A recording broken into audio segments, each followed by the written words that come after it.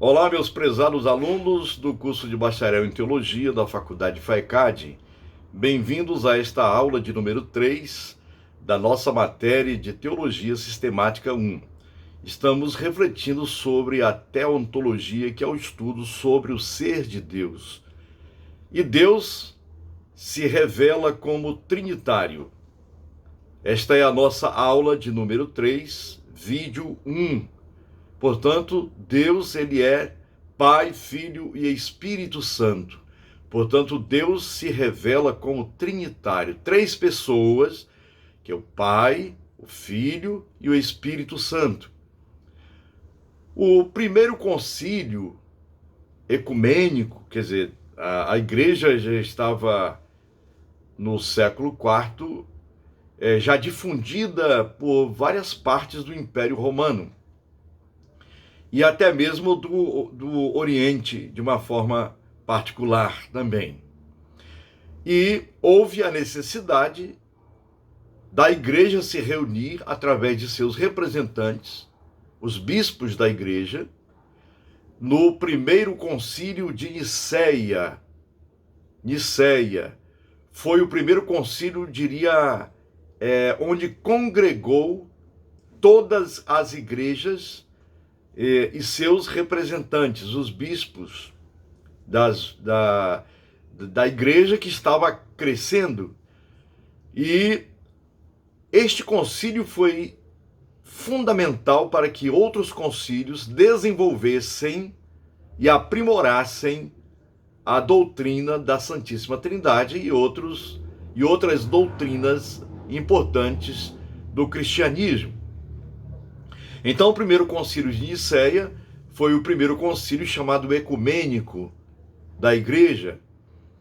Seus feitos resultaram em um dos primeiros símbolos de fé, da fé e doutrina cristã, chamado Credo Niceno, ou Credo de Nicéia, no ano 325.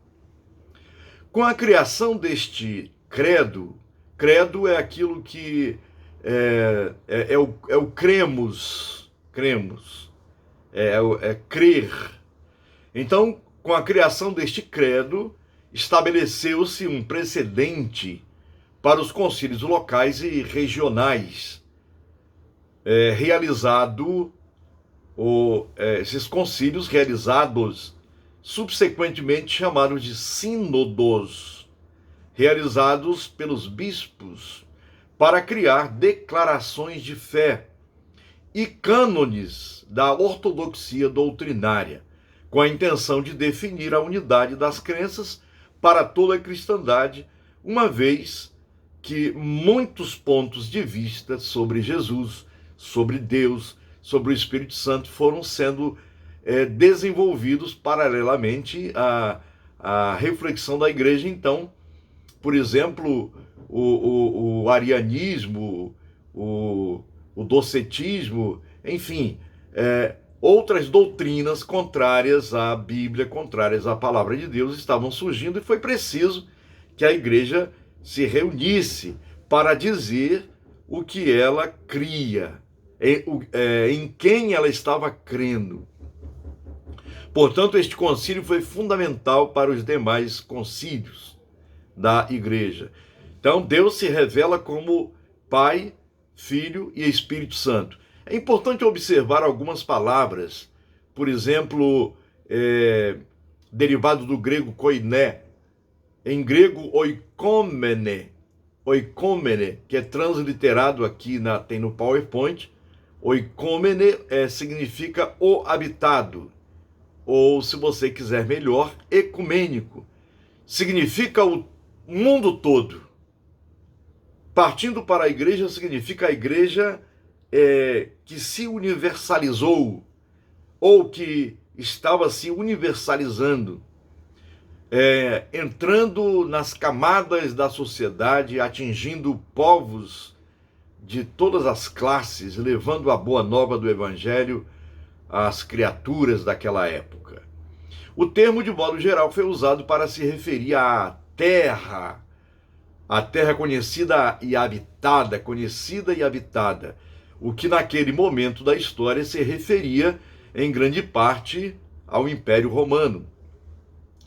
Bem, os primeiros usos do termo aplicados a um concílio são em, entre aspas, Vida de Constantino, escrito por Eusébio. Constantino era imperador romano, na época em que se reuniu o Concílio de Nicéia, e Eusébio de Cesareia era o historiador, o grande historiador da época.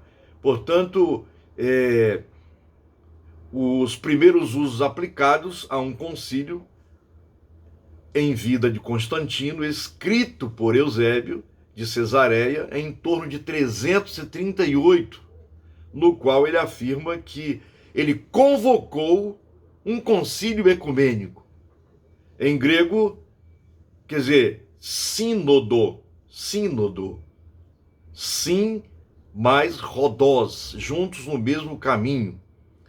Portanto, para dar a ideia de que havia uma vida ecumênica, uma vida onde todos podiam estar no mesmo caminho, servindo ao Senhor, servindo ao seu reino. E numa carta ao Papa Damásio I e aos bispos latinos do primeiro concílio de Constantinopla, em 382, assim também pôde ser registrado, feito esse registro. Um dos propósitos do concílio foi resolver, como já havia falado, as divergências que surgiram dentro da igreja, dentro da própria igreja, ou das igrejas, estavam surgindo divergências com relação à crença. Por exemplo, dentro da igreja de Alexandria, sobre a natureza de Jesus e sua relação com o Pai, estava havendo divergências de pensamento. Discussões sobre a origem do Filho de Jesus envolveram dois pensamentos na época. Ele não teve, o primeiro pensamento é esse, que ele não teve começo e foi criado do nada. Alexandre e Atanásio, que eram da ortodoxia, ambos também de Alexandria, tomaram a primeira posição e o popular presbítero Ário, de quem vem o termo arianismo, tomou a segunda. Entenderam? Então, Ário, ele ensinava que Jesus, tendo sido gerado no tempo, ele não podia ser Deus, porque Deus é eterno, Deus não podia ser gerado. Logo, Jesus é apenas um intermediário entre Deus e o homem, por exemplo. Não era Deus. E Atanásio e Alexandre tomaram a posição de irem bater de frente, de encontro ao presbítero Ário com a sua doutrina, e o concílio decidiu esmagadoramente contra os arianos. De aproximadamente 318 bispos, todos com exceção de 2, concordaram em assinar o credo, e esses 2, juntamente com Ário, foram banidos para a Ilíria, um lugar lá próximo a Nicéia.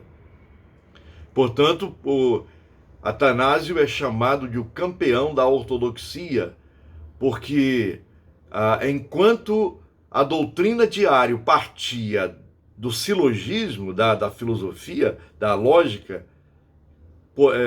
a lógica era a seguinte: Deus é eterno. Se Deus é eterno, ele não foi criado. Jesus, ele foi gerado, logo ele não é eterno. Logo ele não é Deus. Essa era a tese de Ário. E Atanásio, que partia da Sagrada Escritura, dos ensinos de Paulo, dos ensinos de João, dos evangelhos, ele começa a argumentar da seguinte maneira: se Jesus não é Deus, ele não pode fazer milagres, como está escrito na Escritura. Se ele não é Deus, ele não pode salvar. Se ele não é Deus, ele não pode curar. E por aí afora ele partiu da Sagrada Escritura para formar a sua doutrina, enquanto Ário partiu do silogismo filosófico. E então o concílio, esmagadoramente, decidiu, assim, portanto, declarar Deus Pai, Filho e Espírito Santo.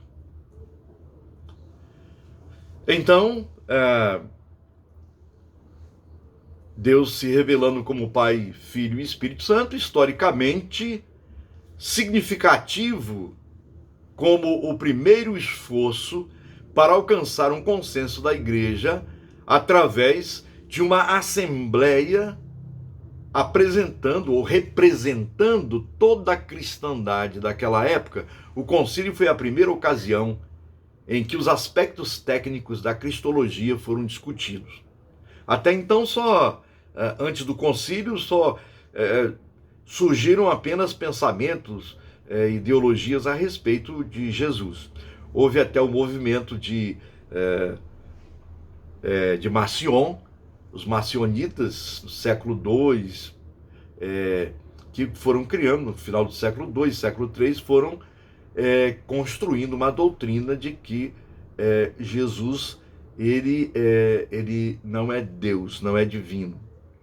E outras mais também que vocês poderão encontrar quando tiverem a matéria de Cristologia e Soteriologia, sobre a pessoa e a obra de Jesus Cristo. E como Deus se revela como Trinitário, Pai, Filho e Espírito Santo, o credo, eu coloquei para vocês aqui no PowerPoint o termo grego, o credo niceno em grego, e ao lado a tradução em português. Então o credo niceno de 325, assim está escrito, eu vou ler para vocês.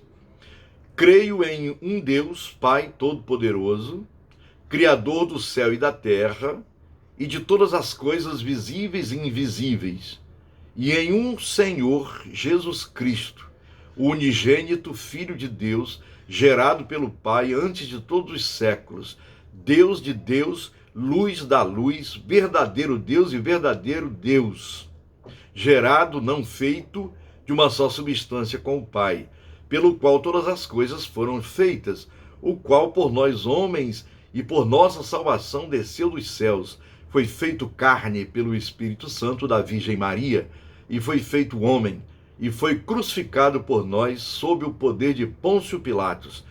Ele padeceu e foi sepultado, e no terceiro dia ressuscitou conforme as Escrituras, e subiu ao céu, e assentou-se à direita do Pai, e de novo há de vir com glória para julgar os vivos e os mortos, e seu reino não terá fim. E no Espírito Santo, Senhor e vivificador, que procede do Pai, do Filho, que com o Pai e o Filho conjuntamente é adorado e glorificado, que falou através dos profetas. Creio na Igreja universal e apostólica, reconheço um só batismo para a remissão dos pecados e aguardo a ressurreição dos mortos e a vida do mundo vindouro. Este é o credo de Nicéia. Alguns pensam que é uma oração, mas é uma declaração de fé. E a partir desta declaração de fé, que vão ser aprimoradas as doutrinas cristãs. Muito bem, este é o fim do primeiro vídeo da nossa aula 3 e daqui a pouco estaremos de volta. Um grande abraço.